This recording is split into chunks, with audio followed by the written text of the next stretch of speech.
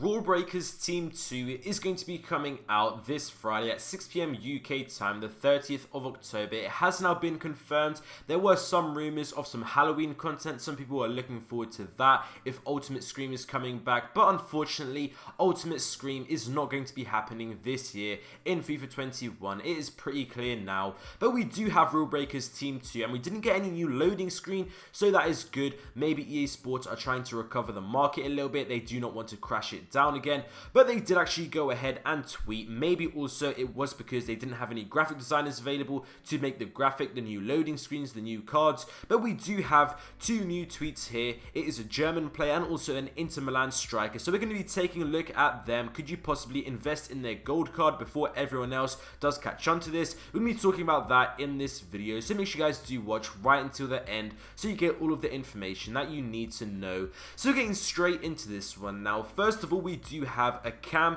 and this is going to be German. Then he does have 80 passing and also 80 physical, so we can suspect that these are going to be the two stats that are going to be sort of upgraded. These are going to be the beneficial stats. So when we take sort of this, we do know it is of course a Rulebreakers card because they have used the hashtag Rulebreakers. This could literally be so many cards. You first do think of Bundesliga, so possibly Marco Reus or also Müller. I do think Müller was sort of that card that could fit in Rulebreakers because he's not exactly the meta. EA Sports do want to try and take him and make him more meta perhaps. It could still be cards like Ozil, everyone like that. There's so many different options, but when you take a look at the stats, who's actually going to fit with the 80 passing and also 80 physical? It could be either upgrades or also downgrades. That is what we do need to keep in mind as well. So when we do take a look at some of the cams that are also German, it does sort of narrow it down, but not really too much. Julian Draxler could be one possible card, but there are literally so many. We did already say Müller,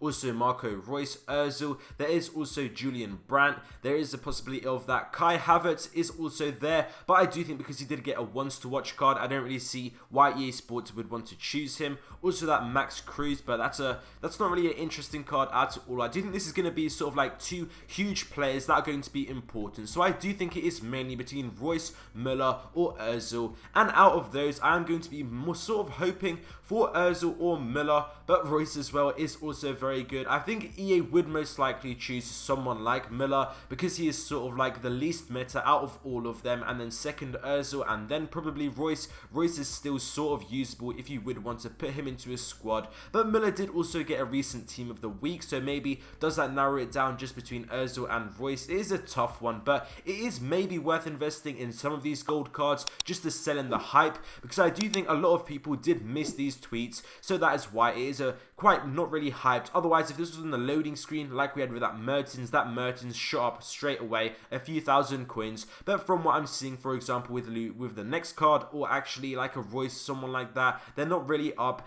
outside of their normal fluctuation. So the next player is actually Lukaku. I did almost say his card. His gold card as well hasn't gone up at all. Possibly you can be taking a look at him, and he is pretty much secured for this tweet because it does say striker from Inter Milan. So straight away we only have two real good options. That is Lautaro Martinez or also Lukaku, and just from the basis of this promo we can decide that is clearly going to be Lukaku. I do think he's going to get a pace shooting upgrade, and he's going to be getting consequently a physical downgrade, so it's going to be very similar to Harry Kane. And if there's any sort of hype closely to what Harry Kane was, this is definitely going to be a very exciting card, and it's definitely going to be very hyped, possibly a little bit expensive, but he doesn't really have the biggest of pace upgrades. I was probably expecting a little bit more. If it is really Lukaku, then that's only a 4+ pace upgrade, so perhaps he's going to be getting a lot more dribbling because he does have quite low dribbling. Also maybe the passing is going to be upped a lot. Maybe EA wants to play us